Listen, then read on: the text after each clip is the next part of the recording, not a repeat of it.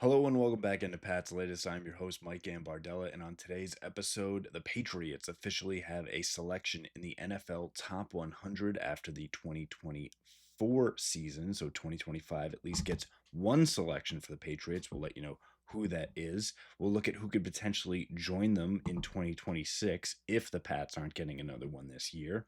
And we shine a light on training camp now, just a week and a half essentially away, and looking at the top camp battles on both sides of the ball and what positions you really should be watching out for. Before we get into everything, make sure you go down and subscribe for the channel. Get in the comments and let us know what you think about training camp and what the Patriots really need to focus on, who needs to come out on top of those battles, and what players the Patriots need to keep, potentially sneak onto the practice squad, and potentially trade away to see some value come back before they really start to squeeze down and get to just 53 players on this 2025 roster. Before we get it, again, make sure you give us a like and go back and check out all of our episodes after you finish today's. And now we get into it looking at the NFL Top 100 and Christian Gonzalez, to little surprise for anyone paying attention, maybe more to the laissez-faire fan, but Christian Gonzalez does crack the NFL Top 100, comes in as the 84th best player in the NFL as voted on by his peers. Now, that's why this list actually garners, I think, a little bit more respect, and can actually show some variance at times, because it's a player vote. This is not the media. This isn't armchair quarterbacks. This isn't guys hanging back. This is guys saying, this is who shows out on the field. This is who stands out. This is who we think, are the best of the best, of all the teams, 53 times 32, right? And saying this is the top 100 when you come away with it. Christian Gonzalez, injuries aside, when he's out on the field, he is going to be one of the best players on the field. And he was lauded for every time he steps out there, he is covering the team's best. His job is to go against the best. And to do that, as we learned from Ric Flair, to be the man, you got to beat the man. So you got to be the best, you got to be the best. And that is what Christian Gonzalez has done. And as long as he stays healthy, I think he will find his way further and further up this list. Excuse me.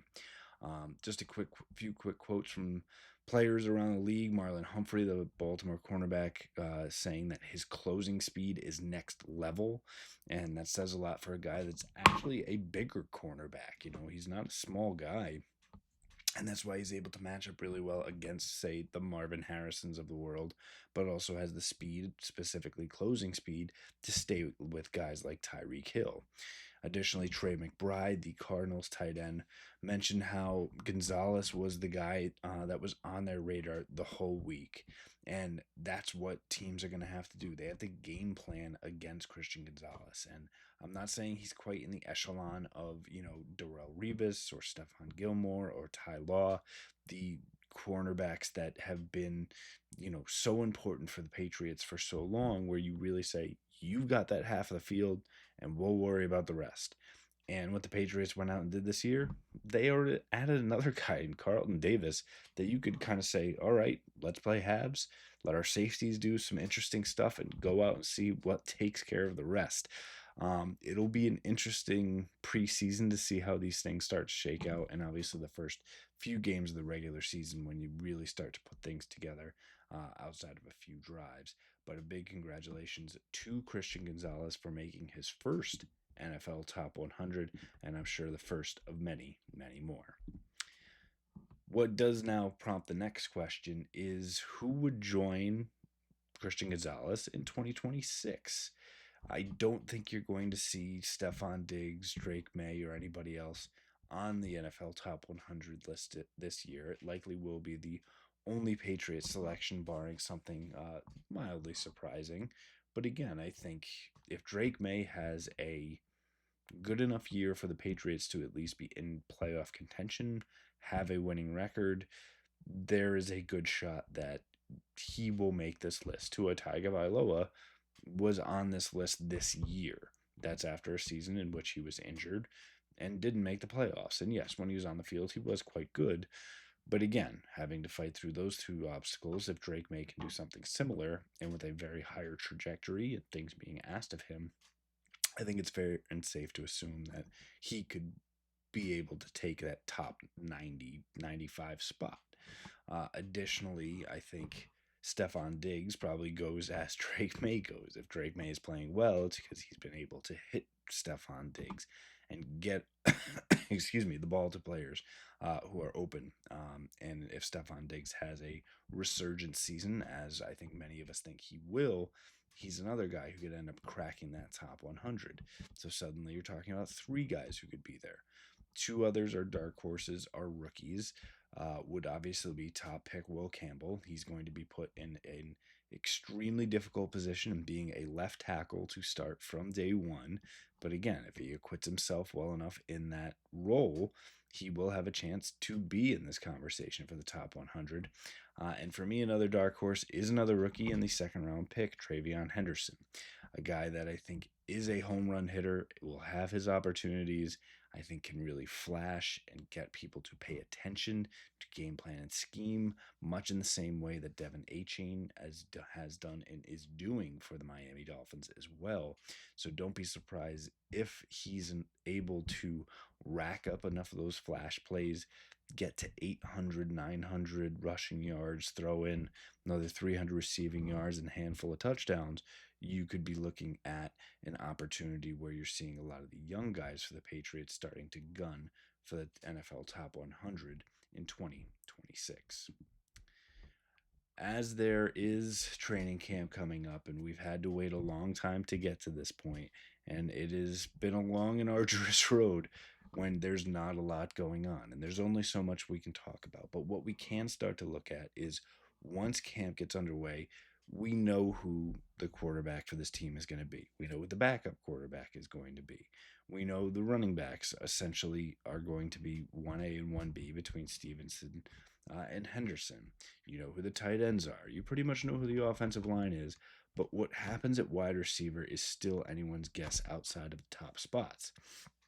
And even outside of Pop Douglas and Stefan Diggs, it's fair to ask how the rest of it does shake out. Now, with over 10 wide receivers currently on the roster, and I would say probably 9 of them gunning for 6 or 7 spots on this roster. I think Diggs obviously is your number one with a bullet. Pop Douglas, your number two in slot wide receiver. That leaves an outside boundary wide receiver position open. You did pay Mac Hollins. You would expect him to take that spot to start. And then you would have number 4, Kyle Williams, come in, learn, and potentially rotate in, start to see more of those snaps as well. That now leaves just 1, 2, or 3 positions, roster spots left at the wide receiver position.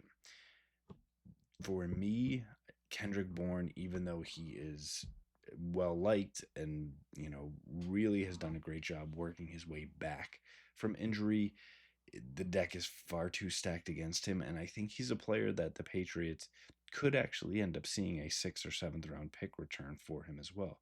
Kayshon Boutte could be someone as well. You could maybe sneak a 6th or potentially a 5th if you package another player as well. But I think there could be a little bit more of a ceiling for Kayshon Boutte as well. So I think if the Patriots keep 7 and keeping Boutte, I think Efton Chisholm really has the juice to make this roster. He will need to continue to do what he did in OTAs and keep doing it in training camp. And I think they want to keep Jalen Polk. If he is dropping passes left and right, they will move on from him.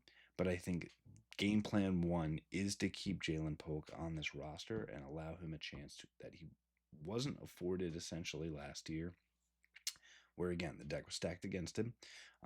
In the opportunities he got, he did not succeed in, but saw limited opportunities. So I think they want to see what they truly do have in him before they make a decision to pull the plug.